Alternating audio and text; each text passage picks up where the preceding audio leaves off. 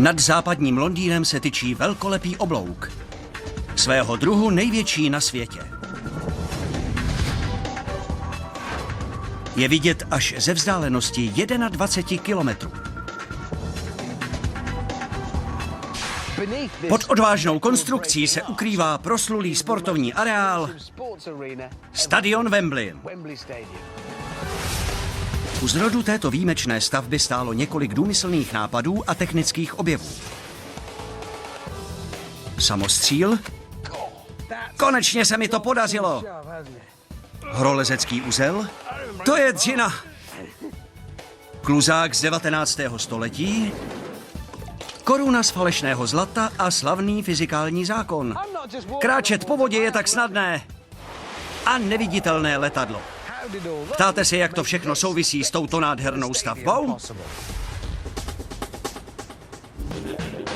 Česká televize uvádí Richarda Hammonda v americkém dokumentárním filmu z cyklu Technické divy světa. Stadion Wembley.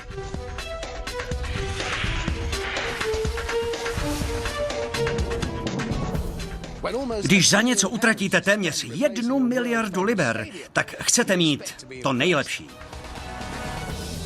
Na unikátním oblouku je zavěšena konstrukce, která zastřešuje 90 000 sedadel.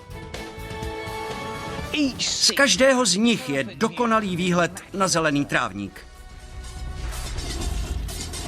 A když to na vás přijde, mají tu 2618 záchodů. Náročná přestavba fotbalového svatostánku byla oříškem i pro zkušené architekty. Museli například zajistit každému z 90 000 diváků přiměřený komfort. Sedadla měla být dostatečně široká, pohodlná a s ničím nerušeným výhledem. To znamená, že tu nemohly být žádné sloupy, které by střechu podpíraly. Proto navržené řešení počítalo se vstyčením masivního oblouku, který bude střešní konstrukci držet shora. Projekt vznikal v ateliéru proslulého architekta Normana Fostera. Cílem bylo vytvořit novou dominantu londýnského panoramatu. A jakoby mimochodem také postavit největší krytou stavbu svého druhu na světě. Něco podobného dosud nikdo nedokázal. Projekt proto od začátku přitahoval pozornost odborníků i široké veřejnosti. Se svou výškou 133 metrů je Wembley jediným stadionem na světě vybaveným výstražnými světly pro nízkoletící letadla. Tubusem oblouku o průměru více než 7 metrů by projel i rychlík Eurostar. Ale vstyčit takové monstrum nebyla žádná procházka růžovým sadem. Konstruktéři řešili dilema. Tradičními jeřáby oblouk zvednout nemohli. Hmotnost 1750 tun by prostě byla nad jejich síly.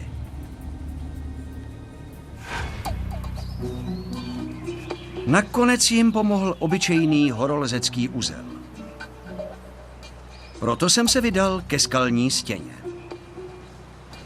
Založte lano do 8. Mým průvodcem je lezecký instruktor Chris Hurley. Připnu vás ve 2 bodech. Jsme připraveni. Jste v pohodě? Ne. Takže můj život teď bude viset na tomhle uzlíku? Ano. A unese mě to vůbec? Řeč je o Prusíkově uzlu, nazvaného podle rakouského horolezce doktora Karla Prusíka. Teoreticky bych měl s jeho pomocí vyšplhat po fixním laně až na vrcholek této skalní stěny. Prý to půjde jako po másle. Na jakém principu to vlastně funguje? Ukážu vám to hned tady na místě. Takže uchopíte smyčku, otočíte ji kolem lana a provléknete dovnitř. Potom to ještě jednou zopakujete. A tohle umí každý horolezec? To doufám. Takže tahle šňůra těsně přilehne k fixnímu lanu a na styčném místě dochází k velkému tření. Když se smyčka zatíží, uzel se zadrhne a horolezec může být v pohodě, protože zůstává zaklesnutý. Jo, pochopil jste to dobře. Díky tření nespadnu dolů. Ale abych se dostal nahoru, musím mít takové uzly 2. Dejte nohu víc pod sebe. A teď se zvedněte, půjde vám to líp. Máte pravdu. Musím tedy vždycky mít 2 jistící body. Jeden níž a druhý výš. Jeden z nich neustále drží zátěž. V tomto případě ten horní. Posunu k němu spodní a zase se o kousek zvednu. A takhle postupujete pořád dál a dál. Tohle je sportovní disciplína? Pokud vím, tak ne. Tato metoda představuje bezpečný způsob šplhání po visícím laně. Musí ji znát každý horolezec. Co vlastně tyhle uzlíky drží? No přece vás. Udrží mě? Ano. Ale vždyť to ani není pořádné lano, spíš taková šňůrka. Ano, je docela tenká. Už jsme pěkně vysoko. Postup je to sice jednoduchý, ale pomalý a fyzicky náročný. Není to snadné. To vůbec ne. Popravdě řečeno, dobrovolně bych se do toho nikdy nepustil. Teď přijde těžký úsek. Myslel jsem, že ten už mám za sebou.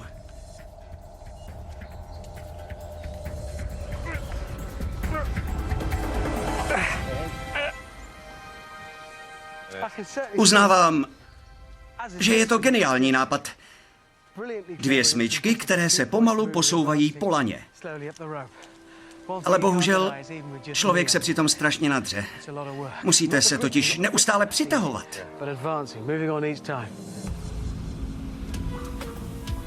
Jeden uzel vždycky svírá lano, zatímco se druhý posouvá nahoru. Stejný princip použili konstruktéři při zvedání oblouků ve Wembley. Museli však mít jistotu, že se jim během cesty nezřítí. Proto k němu ještě na zemi připevnili silná ocelová lana. Na jeho vstyčení by jim totiž 2 uzlíky nestačily. Prusíkovi uzly tedy nahradili stroje, velmi výkonné napínací lisy. Ve Wembley jich použili 25.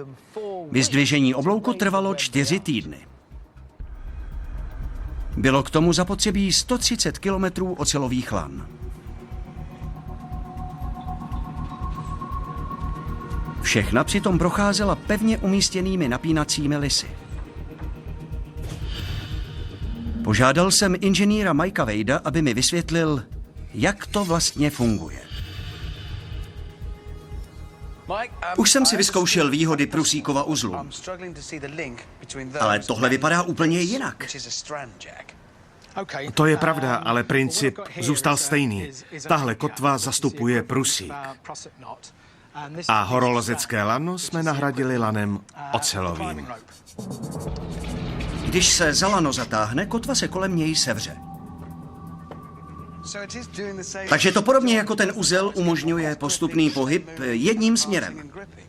Přesně tak. Oblouk ve Wembley ležel tamhle a my jsme odtamtud tahali, abychom ho zvedli. Každé zařízení obsahuje jeden pár kotev, které pracují jako prusíkovy uzly. Fixní kotva se uvolní, zatímco ta druhá, tažená pístem, se sevře kolem lana a táhne ho vpřed. Když se píst začne vracet, fixní kotva stiskne lano a drží zátěž. A tak se to opakuje pořád dokola. Konstrukce den za dnem pomalu stoupala nahoru. Uchopit, přitáhnout, uchopit, přitáhnout. Je to opravdu obrovský prusíkův uzel. Přesně tak. Co všechno byste s tím mohli zvednout? Prakticky cokoliv. Zvedáky použité ve Wembley však nepracovaly pouze s jedním lanem. Každý jich měl 38. Společně vyvinuli tažnou sílu téměř 12 000 tun. To odpovídá výkonu 6 000 automobilů s náhonem na všechna 4 kola.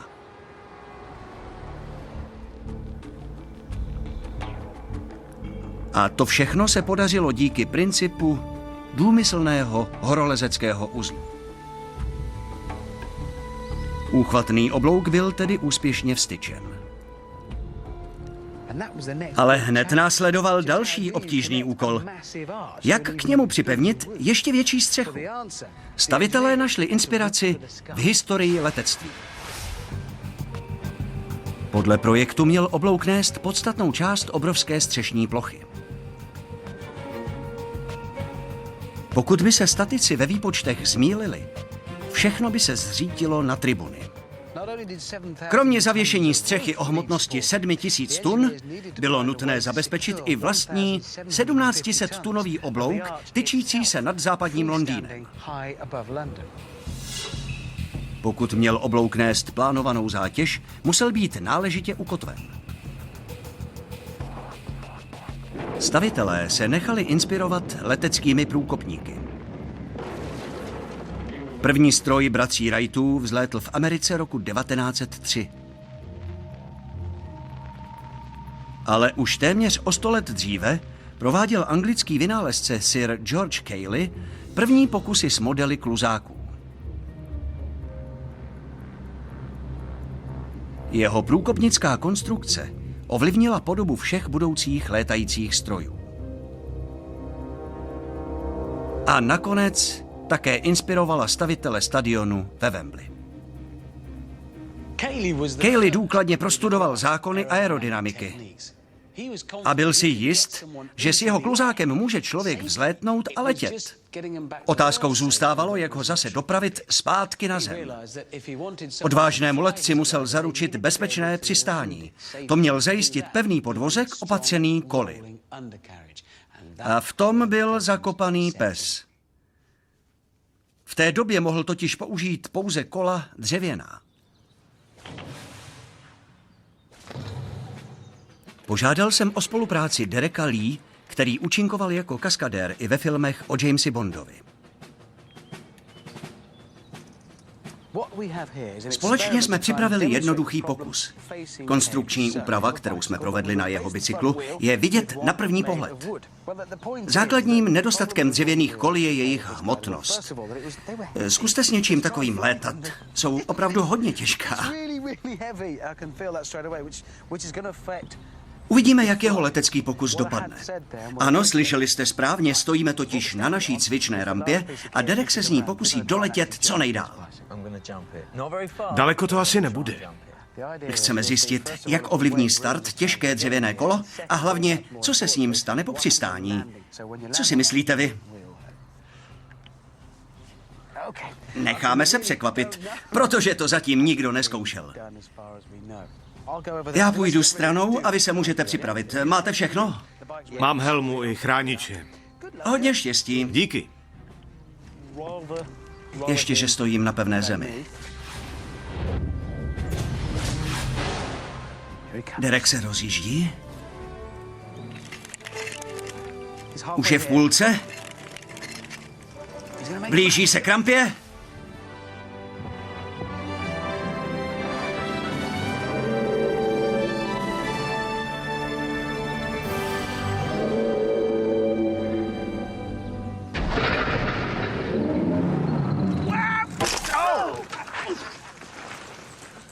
Ano, je to naprosto jasné, viděli jste sami.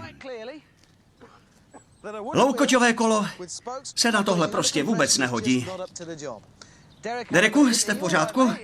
Ale vy jste to kolo úplně zničil. Je na padrť. Tušil jsem to. Já jsem to taky tušil, ale přesto jste doletěl mnohem dál, než jsem předpokládal. Obruč ovšem tu ránu nevydržela. Cayley to taky tušil a proto se o nic takového nepokoušel. Dřevěné kolo se tedy neosvědčilo. Nebylo dostatečně pevné. A to by byl u přistávajícího kluzáku vážný problém. Všechno se zásadně změnilo v roce 1808. George Cayley tehdy navrhl a sestrojil kolo úplně nové konstrukce. Pokud vám něco připomíná, tak se vůbec nemýlíte. Velmi podobné máte na vašem bicyklu. Jeho nápad byl opravdu převratný. Místo, aby paprsky vystavoval tlaku, rozhodl se je namáhat tahem. Rovnoměrně napjaté dráty stahují kolo dohromady a dodávají mu pevnost. Díky tomu se po nárazu nepoláme.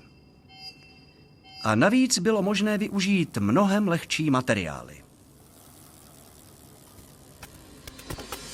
S novými koly se dalo mnohem snadněji vzlétnout,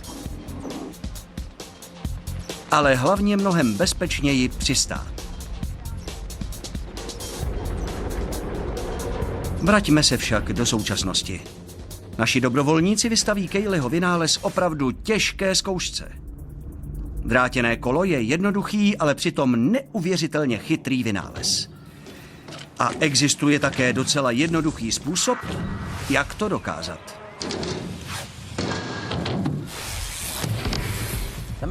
Nejdůležitější přednost není vůbec vidět.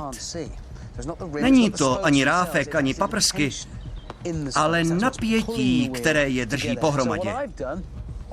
Já se rozhodl, že vám to předvedu velmi názorně a dráty jsem povolil. Teď jsou všechny pěkně volné a vy sami za chvíli uvidíte, jaký to v praxi znamená rozdíl. Hodně štěstí, ale já raději uteču.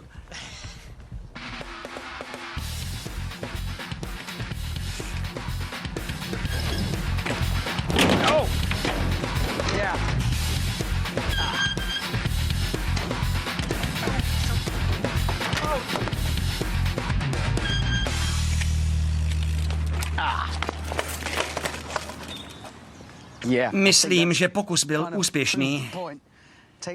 Jakmile není výplet pořádně napnutý, přestane plnit svou funkci a kolo může jít do šrotu. A kamarád Dennis se asi naštval. Klíčem k úspěchu je tedy správné vypnutí. Cayleyho pilotovaný kluzák poprvé úspěšně vzlétl v roce 1853. Cyklisté jeho vynález používají dodnes.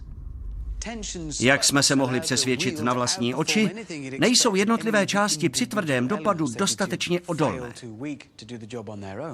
Ale díky napětí v drátech získalo kolo neobyčejnou pevnost. Proto neváhám tvrdit, že Cayley v podstatě vynalezl kolo podruhé. Ale jak to souvisí s Wembley? Oblouk o rozpětí 317 metrů se klene přes celý stadion. Kromě toho však ještě musí nést střechu vážící 7000 tun. Proto bylo nutné zajistit, aby mohutná konstrukce byla dostatečně pevná. Představte si tento oblouk jako obří ráfek. A lana, která jsou k němu připojená, plní funkci paprsků ve výpletu. Také v tomto případě závisel úspěch na jejich správném napnutí. Na konstrukci pracoval inženýr Alistair Lenchner. Vyšplhal jsem se na střechu, abych se podíval, jak to vlastně funguje.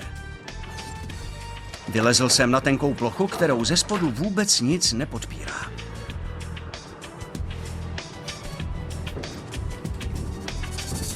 Páni! Z čeho to je? Z hliníku o síle 1,2 mm. Cože? Nic slabšího jste neměli? Pěkně to pruží. Jsme tu. Ze země vypadá tohle lano jako drátek. Ale drátek to není. To ne, protože musí udržet konstrukci pohromadě. Z dálky vypadá tak křehce a subtilně. Teprve při pohledu zblízka vidím, jak je masivní. Jistě, ten oblouk není jenom krásný, ale musí udržet celou střechu. To zajišťují právě tato lana. A plní ještě jiný úkol. S jejich pomocí jsme oblouk stabilizovali. Díky nim udržuje tvar a neprohýbá se ani tak, ani tak. Takže opravdu fungují jako paprsky ve správně vypleteném kole. Dohromady tvoří podpůrný systém založený na vzájemném působení. Jeho části by samy o sobě nefungovaly. Střecha svou hmotností napíná lana a tím zpevňuje oblouk. Celkem 6 kilometrů ocelových lan ho drží ve stabilní poloze. Díky tomu nepotřebuje rozlehlá střešní plocha žádné podpěrné sloupy. Nerušený výhled z každého sedadla si diváci mohou užít zásluhou Cayleyho chytrého nápadu. Jenomže tímto zastřešením vyvstal před architekty další zapeklitý problém.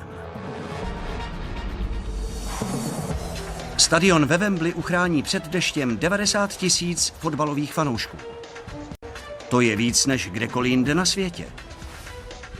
Ale co vyhovuje divákům, nemusí být nutně přínosem pro sport. Vizitkou a chloubou každého fotbalového stadionu je hustý zelený pažit. Kvalitní trávník ovšem vyžaduje dostatek vláhy, vzdušného proudění a denního světla. A právě toho nebývá v uzavřené aréně nikdy dost. Aby si Wembley udrželo 5hvězdičkový status UEFA, musí být jeho zelený koberec v dokonalém stavu. Proto zůstal prostor nad hřištěm otevřený. Tráva však potřebuje co nejvíce přímého slunečního světla. To znamená žádný stín. Problém vyřešila stahovací střecha nad jižní tribunou. Ta se skládá ze 7 segmentů s celkovou plochou 12 000 metrů čtverečních. To by stačilo k zakrytí londýnské katedrály svatého Pavla. K projektu stahovací střechy se vázaly 3 hlavní problémy. Za prvé hmotnost konstrukce, za druhé nepříznivé povětrnostní podmínky a za třetí bezchybný provoz a jednoduchá a snadná údržba. Jak toho docílit? Projektanti využili vynález středověkých bojovníků. Proto mě další pouť zavedla do doby, kdy byla obrana hradu zaměstnáním na plný úvazek a kdy v přední linii na hradbách stávali lučištníci. Ale střelba z dlouhého luku vyžadovala roky tréninku. Válečníci potřebovali zbraň, která by se snadněji ovládala a byla by stejně účinná. A tak přišla na svět kuše. Bojovníci ji ovládali už po krátkém výcviku. Mohla zůstat natažená a střelci tak měli víc času zamířit. A pokud byli zaskočeni, mohli střílet okamžitě. A u prvních modelů prý ani nepotřebovali mnoho síly. To bych se uplatnil i já. Kuše první generace však nebyly dostatečně průrazné. Sportovní lukostřelec Steve Ralphs mi předvedl, jak se pomocí jednoduchého zařízení stala z kuše obávaná zbraň. Steve! Ano? To jste sklidil na zahrádce? Ne. Tak co s tím? Na těch melounech si ukážeme vývoj palebné síly kuší v průběhu času. Nejprve vyzkouším základní typ, který stejně jako já potřebuje trochu pomoci. Oběma rukama uchopte tětivu a zahákněte ji v ořechu. Jde to dost stuha. Ano. Co jsem udělal špatně? Zavadil jste nohou o spoušť. Aha, Je totiž velmi citlivá. zřejmě jsem se jí dotkl kabátem. Tak ještě jednou. Teď do ní založíme šipku a zamíříme na naše krásné melouny. Prosím, ustupte všichni trochu stranou. Radí vám, dobře? Je to ve vašem zájmu, takže? Přiložte ji k rameni, prsty mimo spoušť. Rozumím. Máte nabito. Zaměřte. Už to bude. Vedle jak ta jedle. Ale nebyla to jen moje chyba. Šipku mi odfoukl silný vítr. Potřebuji samostříl s vyšším tahem a silou. To znamená najít nový způsob, jak zbraň natáhnout. Stejně jako středověcí bojovníci. A teď vám půjčím kuši z kategorie zbraní, které už nelze napnout ručně. Vezměte si třeba tuhle a zkuste ji natáhnout. Ani ťuk. K jejímu natažení bych potřeboval tah 160 kg. To je jako kdybych vzepřel najednou 4 pytle cementu. Jenom rukama to nejde. Abyste to zvládl, potřebujete pomocníka. Kafemlínek? Ne, klikový hever. Čemu to bude?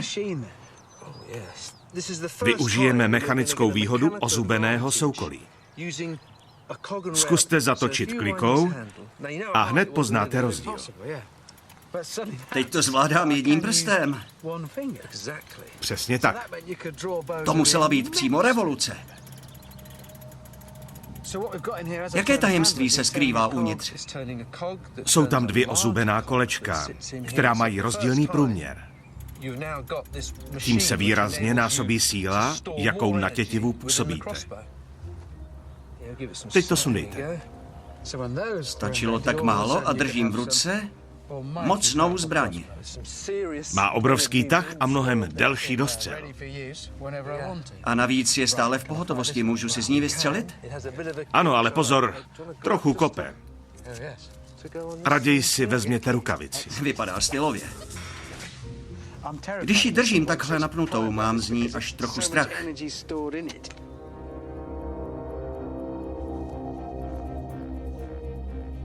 Můžu? Jistě. Tak jo.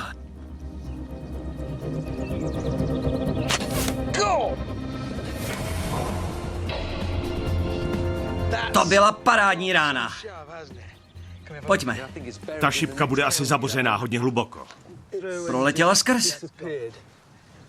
Máte pravdu. Vidím tady jenom otvor po střele. Vyzkoušeli jsme různé typy. Všechny předchozí šipky tady zůstaly, ale ta poslední zmizela někde ve slámě. Vylepšená kuše dostřelí o 100 metrů dál než ta původní. A to pouze díky klikovému heveru, který dokáže snadno překonat i velký odpor.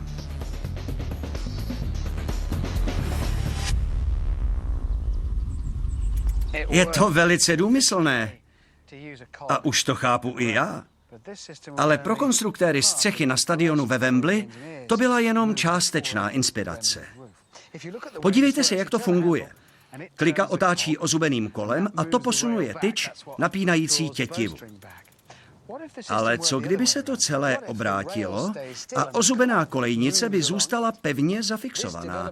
A tak se dostáváme k dalšímu vynálezu, který spatřil světlo světa na počátku 19. století. Došlo k tomu v roce 1812 na jedné železniční trati v Anglii. Průmyslová revoluce zvyšovala poptávku po uhlí, ale přepravci se potýkali s nízkou tažnou silou parních lokomotiv. Důlní inženýr John Blenkinsop dostal nápad. V ose kolejnic položil ozubený hřeben a pod lokomotivu instaloval hnací ozubené kolo. Měl s tím velký úspěch. Jeho parní stroje uvezly 4krát více nákladu než dříve. Systém později převzaly horské železnice, které ho využívají ke zdolávání prudkých svahů.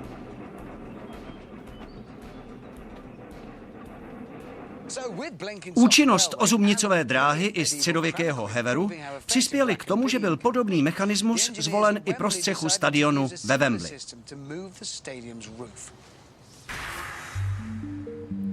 Rád bych si ho prohlédl zblízka. To však znamená zase vystoupat do výšky 52 metrů. Když jsem tam vylezl, byla střecha stažená. Technický ředitel Henry Munro mě provádí mezi složenými dílci.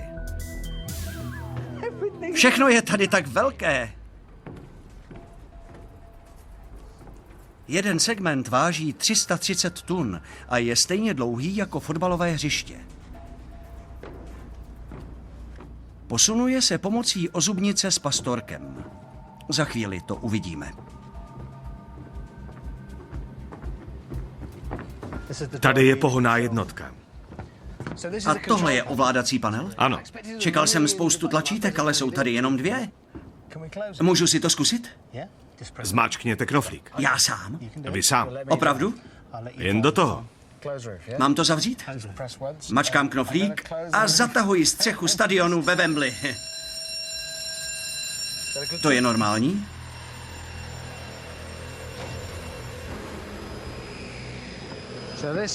Tady jsou tedy uložena všechna ta ozubená kola, která jezdí po kolejnici.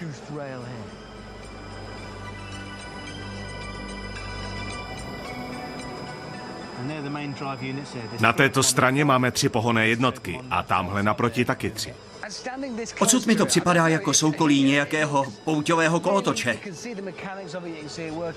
Ale když se otočím, tak vidím, jak ohromná plocha se zmáčknutím jednoho tlačítka dala do pohybu.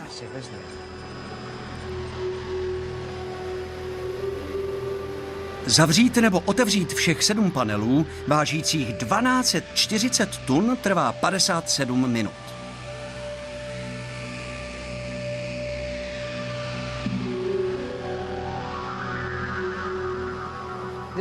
To je paráda. A je překvapující, že něco tak nepředstavitelně obrovského funguje na stejném principu jako klikový hever, kterým dávní válečníci napínali tětivy svých samostřílů. Střecha se po kolejnicích pohybuje s milimetrovou přesností.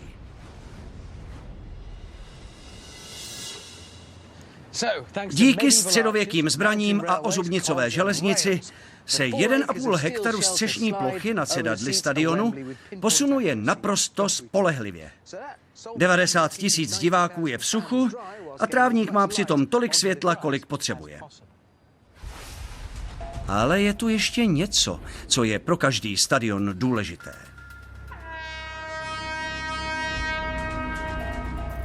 Akustika.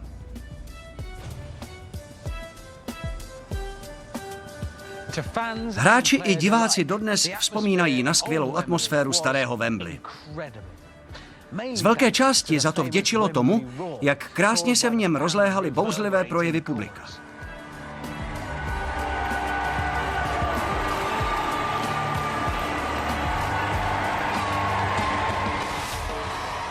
Skandování a pokřiky diváků se odrážely od plochých povrchů uvnitř stadionu. Nový Wembley musel tuto tradiční kulisu zachovat. To znamenalo nestratit jeho proslulou ozvěnu. Rozhodl jsem se tento jev blíže prozkoumat v jednom opuštěném kamenolomu.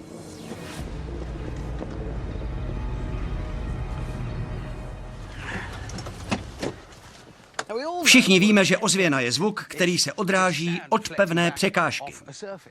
Poslouchejte.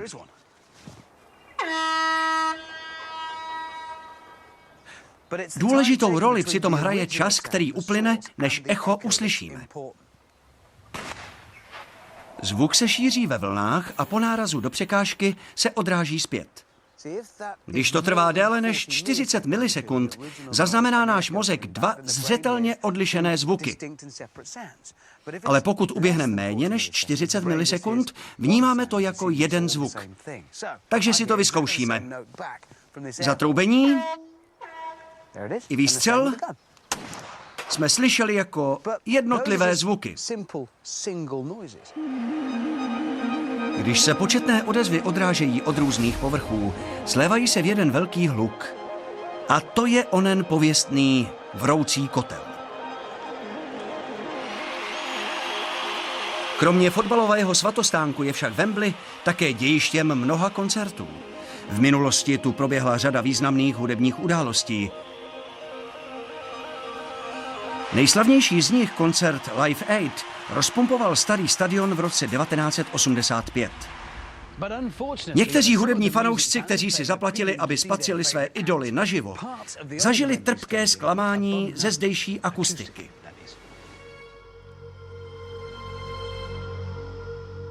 Zvuk se odrážel od stěn. Proto jsem se rozhodl vyzkoušet u skalní stěny vliv ozvěny na poslech hudby. Mám v autě docela výkonnou aparaturu.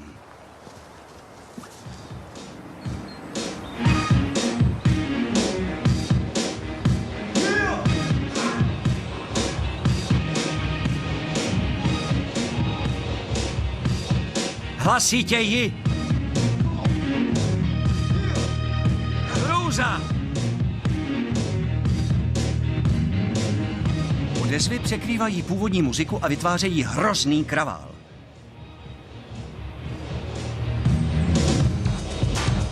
Nemám z toho vůbec dobrý pocit.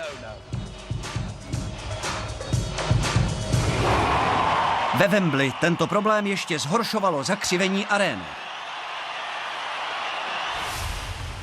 Některé části starého stadionu tím byly nechvalně proslulé.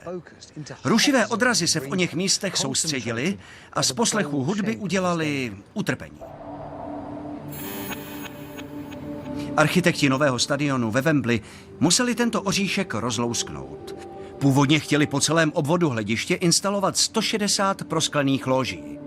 Tím by se však akustika při koncertech výrazně zhoršila. Připravili jsme jednoduchý pokus, abychom to předvedli opravdu názorně. Uvidíme, zda se nám to podaří. Pozadí experimentu mi vysvětlil fyzik David Trevor Jones. Davide, tak jaká kouzla jste si tady pro mě přichystal? Chci, abyste viděl zvuk. To je smělý plán? Světla? No, připadám si opravdu jako v nějaké kouzelnické chýši, ale vy jste přece mluvil o zvuku. Tohle je zvukový paprsek. A tamhle sedí divák, který zaplatil spoustu peněz, aby viděl svou oblíbenou kapelu. Šíří se zvuk stejným způsobem? Odrazil by se od okna lože stejně jako paprsek světla v tomto zrcadle? Ne tak docela, ale docela dobře demonstruje jeho základní fyzikální vlastnosti. Předpokládám, že náš posluchač, kterého tady zastupuje fotbalový míč, vnímá stejný zvuk hned dvakrát. Poprvé mu jde přímo do uší a po druhé, když se odrazí od této desky. Přesně tak. Tito posluchači slyší echo ze zadu. V hledišti existuje jistá kritická zóna. Lidé, kteří tam sedí, vnímají odezvy od všech prosklených stěn VIP salonků. Všechny se pak odrážejí do stejné části publika. A to je tady těch salonků jenom 7, což teprve kdyby jich bylo 160. Fanoušci by byli vystaveni množství ruchů znějících s různým zpožděním. To by byla hrůza. Ano, na takový koncert byste dlouho nezapomněl.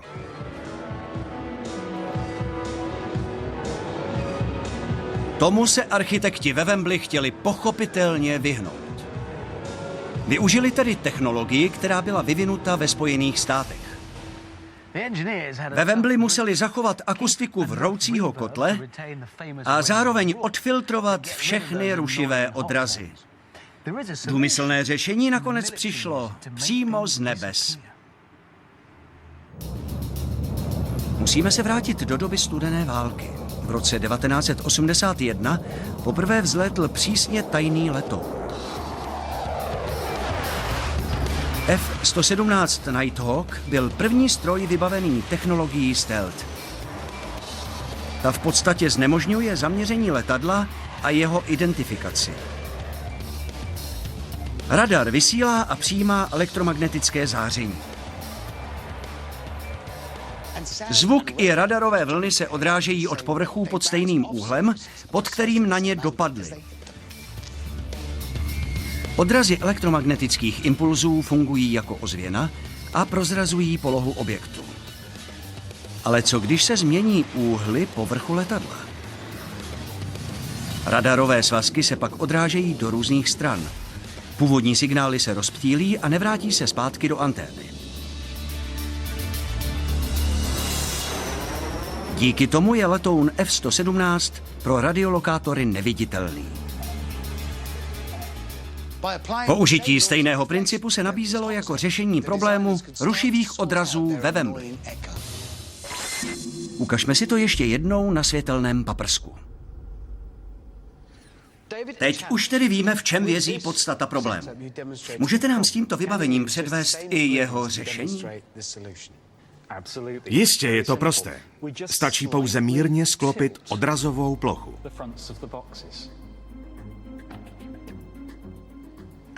A paprsek pak míří mimo kritickou oblast. Přesně tak. U každé lože stačilo jenom mírně pozměnit sklon čelní stěny a tím se narušilo koherentní vlnění. Dobře, pochopil jsem, jak to funguje na koncertech. A obecenstvo z toho má určitě radost. Ale co fotbaloví fanoušci? Součástí jejich zážitku byl přece sborový chorál naplněného hlediště. Nebojte se. Atmosféra vroucího kotle nezmizela, jenom jsme ho trochu rozptýlili. Diváci na tribunách kolem hřiště nejsou o nic ochuzení. Ozvěna skandování tam zůstala. Takže jste v podstatě zabili 2 mouchy jednou ranou. Nebo jinými slovy, vlk se nažral a koza zůstala celá. To jste řekl hezky. Projektanti ozvěnu neodstranili, jenom ji mírně přesměrovali.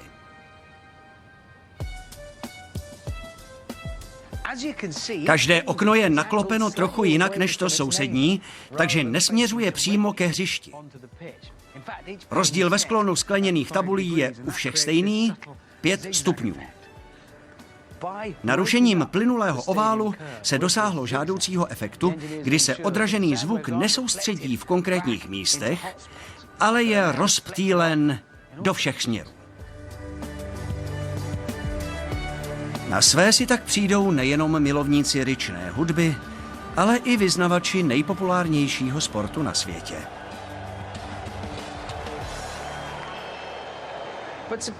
Na seznamu požadavků pro nový stadion však na prvním místě nebyly trávník ani akustika. Šlo o mnohem prozaičtější potřebu. Když rozhodčí ukončí první poločas, má 90 000 fanoušků pouhých 15 minut na to, aby vyslyšeli volání přírody. Není proto divu, že ve Wembley potřebují spoustu vody. Během každého zápasu jí tam protečou stovky tisíc litrů a většina o přestávce. Počet toalet odpovídá velikosti arény. Je jich tu 2618, víc než na kterémkoliv jiném stadionu ve světě. Ale co když by se spustila všechna zdejší splachovadla najednou? Jak zajistíte dostatečnou zásobu vody, abyste v klíčovém okamžiku nezůstali na suchu? Odpověď je ukryta ve sklepení. Voda se po celém zdejším areálu rozvádí pod silným tlakem. Potrubím proudí rychleji, než ji stačí čerpat z vodovodního řadu. Poptávka v tomto případě výrazně převyšuje nabídku. Kvůli tomu byly postaveny 3 obrovské nádrže. Dohromady pojmou 740 000 litrů. To by vystačilo na pravidelnou večerní koupel po dobu 25 let. Potíž byla v tom, jak je udržovat stále v pohotovosti, stále naplněné. Princip, na kterém je řešení založeno, je starý více než 2000 let. Uvnitř této ohromné cisterny je stejný plovákový ventil, jaký máte ve splachovací nádržce u vás doma, jenom je mnohem větší. Je tu také umístěn důmyslný monitorovací systém. Ale nejspolehlivějším způsobem, jak zajistit automatické dopouštění po poklesu hladiny, však dodnes zůstává tento ventil. Jak už jsem říkal, funguje stejně jako ten váš. Tvoří ho napouštěcí ventil a připojený plovák. Když voda klesne, ventil se otevře. Se stoupající hladinou se zvedá i koule. Jakmile dosáhne určité úrovně, přívod vody se zavře. Klíčový význam má tato část. Pluje na hladině, protože váží méně, než je hmotnost vody, kterou vytlačuje. Tuto zákonitost objevil ve 3. století před naším letopočtem jistý Archimedes, když řešil jeden zapeklitý a ošemetný problém.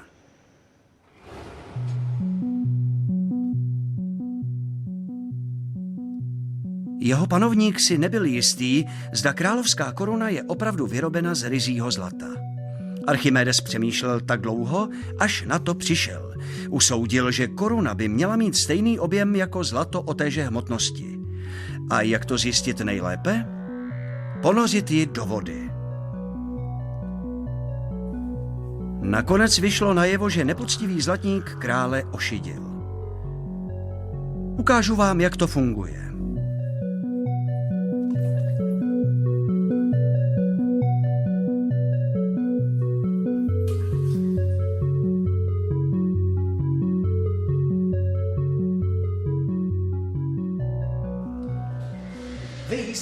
Tato závaží jsem si přinesl z posilovny a váží přesně tolik jako já.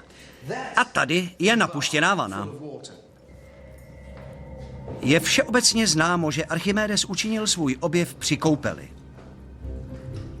Když vlezl do vany, hladina stoupla. Voda, kterou vytlačil, odpovídala objemu jeho těla. Tehdy zvolal ono slavné Heureka, mám to. A je přitom jedno, jestli ponoříte člověka, korunu, zlato, anebo kovová závaží. 69 kg železa zvedlo hladinu přibližně o 3 cm. Kdybych byl ze stejného materiálu, vytlačil bych přesně tolik. Je jenom jeden způsob, jak to ověřit. Boty dolů. Tak jo. Přináším oběť v zájmu vědy. Vytlačuji vodu. A je to docela pohodlné. Musím se ponořit úplně celý, abych mohl přesně změřit, o kolik stoupne hladina. Už teď je to víc než ve vedlejší vaně.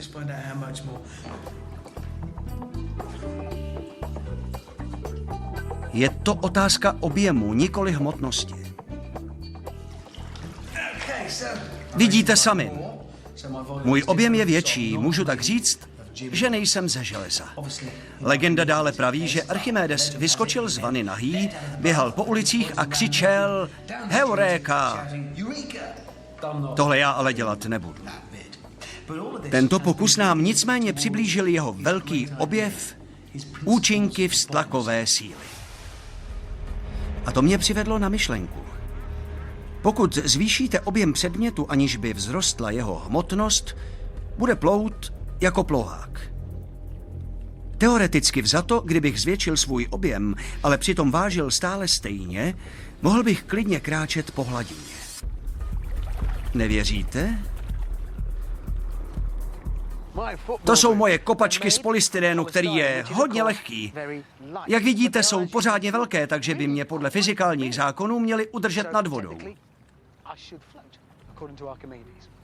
Raději si vezmu vestu, ne, že bych Archimedovi nevěřil.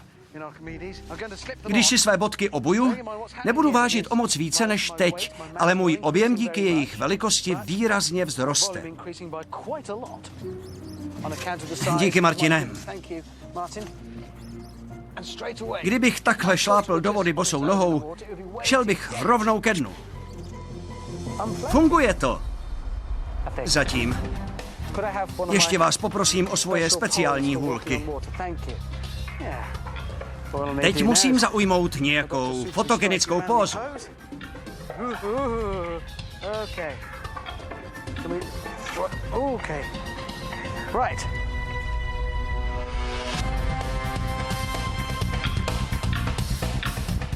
Já nejdu po vodě, já běžím. To je pohoda. Je to velmi příjemné. Za tento neobyčejný zážitek vděčím Archimedovi. A díky jeho objevům jsou i nádržky více než 2,5 tisíce toalet ve Wembley stále plné.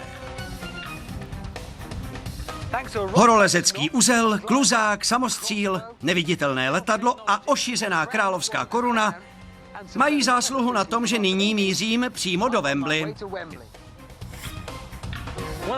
Ale uvidíme. Zatím stojím na místě. České znění připravilo Centrum převzatých pořadů. Česká televize 2013.